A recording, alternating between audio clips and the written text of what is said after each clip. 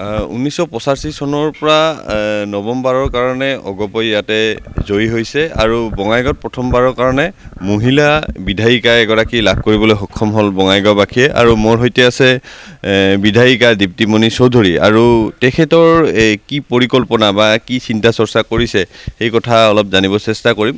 বাইদেউ কি ক'ব, আপুনি যিহেতু বিধায়িকা হিচাপে নিৰ্বাচিত হ'ল আৰু বঙাইগাঁওবাসীয়ে এগৰাকী বিধায়িকা প্ৰথমবাৰৰ কাৰণে লাভ কৰিলে, গতিকে এই মুহূৰ্তত আপোনাৰ পৰিকল্পনাৰ বিষয়ে ক'ব নেকি? পৰিকল্পনাৰ বিষয়ে এই মুহূৰ্তত মই ক'ব নোৱাৰিম, যিহেতু এইটো উপ নিৰ্বাচন হ'ল। ফণীভূষণ চৌধুৰী ইয়াৰে MLA আছিলে, তেখেতৰ 1.5 বছৰ আছিলে। গতিকে তেখেতৰ যিখিনি মানে পৰিকল্পনা, তাৰপিছত যিবিলাক এইবিলাক বাজেটত ধৰা সেই কামবিলাক ইতিমধ্যে নিশ্চয় বহুতখিনি আগবাঢ়ি আছে। গতিকে সেইবিলাক কামৰে এই ৰূপায়ণৰ ক্ষেত্ৰত সহায় কৰিব লাগিব। শিক্ষা বা যাতায়াত এইবিলাক কিছু সমস্যা কিন্তু বঙাইগাঁৱৰ মাজত আছে, গতিকে এইবিলাকলৈ আপোনাৰ নিশ্চয় কিছু পৰিকল্পনা বা চিন্তা চৰ্চা তেনেধৰণৰ আছে। এই মুহূৰ্তত কি কৰিম বুলি হোৱা নাই, আজি ধৰ বিধায়ক হোৱা কেইটামান মুহূৰ্তহে হ'ল। গতিকে পৰ্যায়ক্ৰমে চিন্তা কৰি চাম আৰু কি কৰিব লাগিব।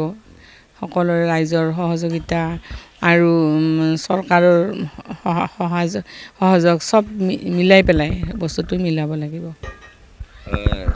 ছাৰৰ লগত ইতিমধ্যে আলোচনা হৈছেনে নাই আপোনাৰ, যে কি ধৰণে আগুৱাই নিয়া হ'ব বঙাইগাঁৱক? সেইবিলাক আলোচনা হোৱা নাই, মানে এইকেইদিনটো মানে প্ৰচাৰত ব্যস্ত আছিলোঁ। কালি জয়ী হ'লোঁ আৰু তেখেত ইতিমধ্যে লোকসভাৰ আছে, পাৰ্লিয়ামেণ্ট আৰম্ভ হ'ব অহাকালিৰ পৰা, সেইকাৰণে ৰাতিপুৱাই গ'ল আৰু আমি ৰাতি 2টামান বজাতহে সকলোৱে আহি ঘৰ পালোহি। গতিকে এইবিলাক একো আলোচনা হোৱা নাই। আজিৰ দিনটোত দেখা গৈছে যথেষ্টখিনি লোক আপোনাক সাক্ষাৎ কৰাৰ কাৰণে বা বিভিন্ন কাম কাজ লৈছে, কেনেধৰণৰ আপুনি পাইছে বা কি ধৰণৰ কথা বতৰা আজিৰ দিনটোত বিধায়িকা হিচাপে পায়? তেওঁলোকে বিশেষ কৰি শুভেচ্ছা জনাব আহিছে আৰু কিবা কিবি সমস্যা আছে, ৰাইজৰ বহুতখিনি সমস্যা আছে, তাৰ ভিতৰত সোমাব লাগিব পৰ্যায়ক্ৰমে। আজিৰ এই মুহূৰ্তত কি কৰিম নাইবা কেনেধৰণৰ সমস্যা সমাধান কৰাৰ ক্ষেত্ৰত আগুৱাই যাম, সেইটো হ'ব আৰু লাহে লাহে হ'ব।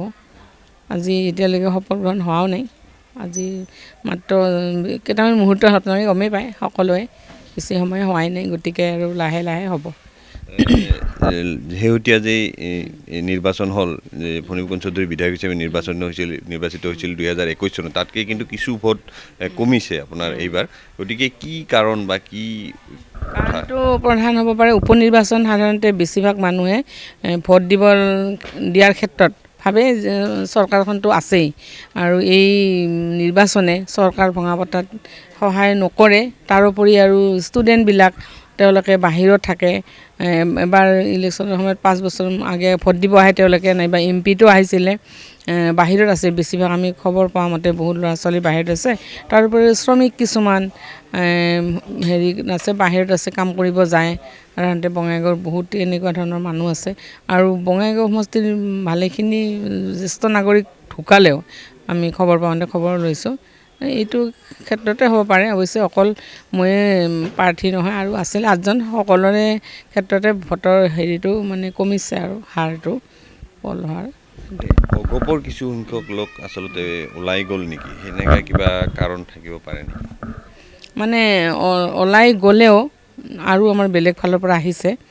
আৰু এনেকুৱা ঘটনা নতুন নহয়, নিৰ্বাচনৰ আগমুহূৰ্তত এনেধৰণৰ কিছুমান প্ৰাৰ্থিত্ব কেন্দ্ৰিক অলপ চলপ হৈয়ে থাকে আৰু সেইবোৰৰ কাৰণে অলপ চলপ হয় আৰু 10-15জনমান গ'লে আৰু বেলেগ ফালৰ পৰা আহি যোগ দিয়েহি। এইবাৰ আমাৰ তেনেকুৱা হৈছে, কংগ্ৰেছৰ মানুহ আমাৰ অসম গণ পৰিষদত যোগদান কৰিছে। গতিকে বহুতখিনি মানুহ আহি অগপত যোগদান কৰিছে। অসন্তুষ্ট বা যিসকল ওলাই গ'ল তেওঁলোকক উভতাই অনাৰ বা তেনেধৰণৰ আপোনাৰ পদক্ষেপ থাকিব নেকি? এতিয়ালৈকে পদক্ষেপ একো লোৱা নাই। আমাৰ দুৱাৰ খোলা আছে অসম গণ পৰিষদ দলে। আমি যিহেতু গণতান্ত্ৰিক প্ৰক্ৰিয়া আমাৰ চলি থাকে, তেওঁলোকে যদি আহে আমাৰ কোনো আপত্তি নাই, আহিব পাৰে। ঘৰৰ ল'ৰা ঘৰত আহাত আমাৰ কোনো আপত্তি নাই, আহক, ভালেই পাম আহিলে। নিৰ্বাচন যিহেতু ইমান বছৰ আপুনি 85 চনৰ পৰা জড়িত হৈ আছে যদিও, এইবাৰ আপুনি প্ৰাৰ্থী হিচাপে কেনেধৰণৰ অভিজ্ঞতা? মোৰ এইটো একেবাৰে যিহেতু চিধা চিধি হ'ল আৰু মই নিজেই কৈছোঁ, ভোট দিয়ক, জয়যুক্ত কৰক।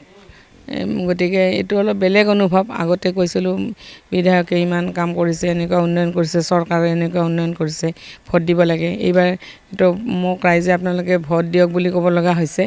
আৰু অৱশ্যে মই কৈ যাওঁ, আমি যিহেতু চৰকাৰখন আমাৰ আছে মিত্ৰজোঁটৰ চৰকাৰ, গতিকে আৰু উন্নয়নে হৈ আছে। গতিকে আপোনালোকে এই চৰকাৰক সহায় কৰক, অধিক শক্তিশালী কৰক বুলি মই ৰাইজক কৈছোঁ। আৰু ৰাইজেও ইতিমধ্যে গমেই পাইছে, যিহেতু এখন আমি ৰুলিং পাৰ্টিত আছোঁৱেই, গতিকে ৰাইজেও চিন্তা চৰ্চা কৰিয়ে ভোট দিয়ে। আজিকালি প্ৰত্যেকজন ভোটাৰ বিবেকবান, তেওঁলোকৰ বহুত মানে থাকে আৰু নিজৰ নিজৰ মানে চিন্তা কৰাৰ ক্ষমতা, দক্ষতা থাকে।